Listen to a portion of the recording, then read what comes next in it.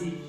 Selain itu, tidak dapat dipungkiri bahwa bila kita berbicara mengenai gangguan komunikasi, maka di dalamnya terkait erat dengan kecenderungan yang kuat bahwa anak juga mengalami kesulitan. Mari pertama-tama kita melihat beberapa faktor tersebut. Faktor yang pertama yakni faktor genetik. Kira-kira 50% hingga 70% dari keseluruhan anak yang mengalami gangguan bahasa spesifik memperlihatkan bahwa dalam sejarah keluarga mereka juga ada anggota keluarga lain yang mengalami kesulitan belajar. Penelitian pada anak kembar dan anak adopsi juga memperlihatkan adanya hubungan genetik di dalamnya. Yang kedua, faktor otak. Fungsi-fungsi bahasa berkembang secara cepat, pada awalnya berpusat pada lobus temporal sebelah kiri. Lingkaran umpan balik sirkel membantu penguatan proses perkembangan bahasa respektif dan ekspresif. Semakin baik anak memahami bahasa ujaran, maka semakin baik pula kemampuan ekspresif mereka. Ujaran bahasa yang mereka ungkapkan akan terdengar oleh anak, dan itu merupakan umpan balik bagi diri mereka sendiri. Yang ketiga, faktor infeksi telinga. Penyebab biologis lain yang membuat kerusakan pada kemampuan berbahasa ekspresif karena otitis medis, terjadinya infeksi pada telinga bagian tengah. Dalam tahun-tahun pertama kehidupan seorang anak, karena infeksi yang terus-menerus akan membuat anak kehilangan pendengaran. Infeksi pada telinga bagian tengah yang terjadi pada masa kritis dapat menyebabkan timbulnya masalah bahasa lebih awal, cenderung meningkat dengan cepat. Yang keempat, kita lihat faktor lingkungan rumah.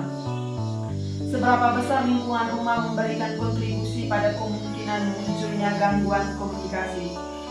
Cara berbicara orang tua dengan anak-anak mereka berbeda-beda. Orang tua mengubah cara berbicara mereka kepada anak tergantung pada kemampuan anak.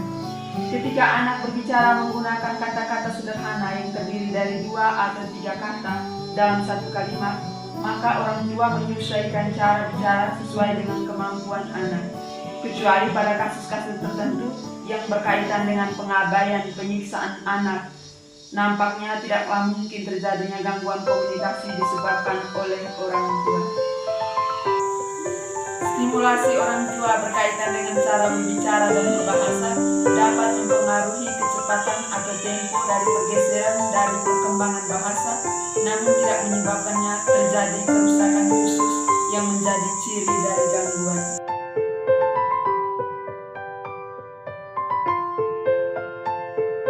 Menangani anak dengan gangguan bahasa ekspresif, yang pertama, memastikan anak mengerti.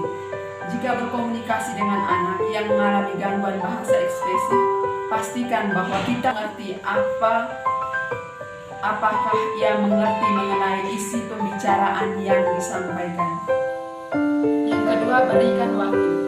Semua orang terkadang bisa merasa tertekan jika dipaksa untuk mengatakan sesuatu secepatnya dan memerlukan waktu untuk memproses yang hendak mereka katakan. Kegugupan atau tekanan justru akan membuat anak membutuhkan waktu lebih lama lagi untuk merumuskan ucapannya. Berikan waktu kepada anak untuk memiliki apa yang ingin disampaikan. Jika kemungkinan, agar ia tahu bahwa tidak ada keharusan untuk terburu-buru.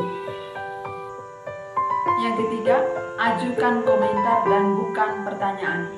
Kita mungkin ingin memancing atau menolong sang anak untuk berbicara dengan mengajukan berbagai pertanyaan kepadanya. Dalam satu sisi, hal tersebut bisa berpengaruh, namun jika pertanyaan kita terlalu banyak, maka bisa saja akan terasa seperti suatu interogasi yang membuatnya tidak merasa nyaman dan merasa tertekan untuk berbicara. Akibatnya, anak justru akan tutup mulut. Seringkali cara yang paling baik justru hanya memberi komentar mengenai apa yang sedang dilakukan oleh anak. Misalnya, ketika anak sedang bermain, kita memberi komentar sederhana tentang mainannya. Dengan demikian, kita justru akan memberi anak tambahan kosakata atau frase yang mungkin saja ingin mereka lakukan dalam cara yang lebih dan tidak memberi tekanan kepada anak. Yang keempat, beri contoh. Perkembangan bahasa anak usia dini akan berkembang apabila ia mendapatkan contoh yang benar.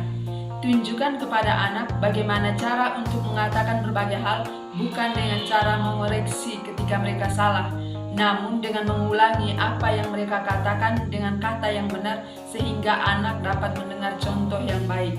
Yang kelima, tambahkan beberapa kata. Ketika kita sedang mengulangi suatu kata atau kalimat kepada anak, tambahkan 1 atau 2 kata kepada kalimat yang tadi mereka ucapkan. Tujuannya untuk menunjukkan kepada anak bahwa ada pilihan yang lebih banyak atau struktur kalimat yang lebih lengkap daripada yang biasa mereka sebutkan. Yang keenam, berikan pilihan.